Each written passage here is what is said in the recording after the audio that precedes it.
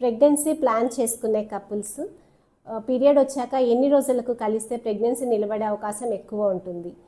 Hello everyone, నేను మీ doctor Archana, gynaecologist from Proddatur. నేను యాక్చువల్లీ 3 సింపుల్ స్టెప్స్లో చెప్తాను. ఫస్ట్ థింగ్ ఏమంటే మీ లెంత్ ఆఫ్ సైకిల్ క్యాల్కులేట్ చేయాలి. అది ఎలా చేస్తాము?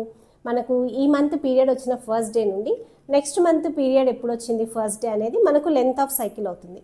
అంటే ఇప్పుడు ఈ నెల 1వ తేదీ వచ్చి మళ్ళీ వచ్చే నెల కూడా 1వ తేదీ వస్తే అది 30 డేస్ సైకిల్ అవుతుంది. So first length of cycle calculate చేశాక ఇప్పుడు 30 కదా, సెకండ్ స్టెప్ ఏమంటే ఆ 30 నంబర్ నుండి 14 నంబర్ తీసేయాలి. సో 30 - 14 ఎంత అవుతుంది? 16 అవుతుంది. సో ఇదేమంటే 16th డే అనేది మోస్ట్ ప్రాబబ్లీ మీకు ఎగ్ రిలీజ్ అయ్యే డేట్. సో థర్డ్ స్టెప్ ఏంటి? ఈ 16 డేస్కు 3 రోజులు అటు 3 రోజులు ఇటు ఆ టైంలో వైఫ్ అండ్ హస్బెండ్ దగ్గర ఉండడం వల్ల ఎగ్ రిలీజ్ అయ్యే టైంలో కలిసి ఉంటారు కాబట్టి గర్భం నిలబడే ఛాన్స్ చాలా బాగుంటుంది. ఒకవేళ 28 డేస్ సైకిల్ అనుకోండి, 28 - 14, సో అప్పుడు 14th డే ఉంటుంది ఎగ్ రిలీజ్.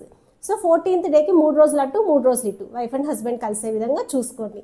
ఇలా చేయడం వల్ల ఏమంటే న్యాచురల్గానే ప్రెగ్నెన్సీ తొందరగా వచ్చే అవకాశం ఉంటుంది. Hope this video helps you.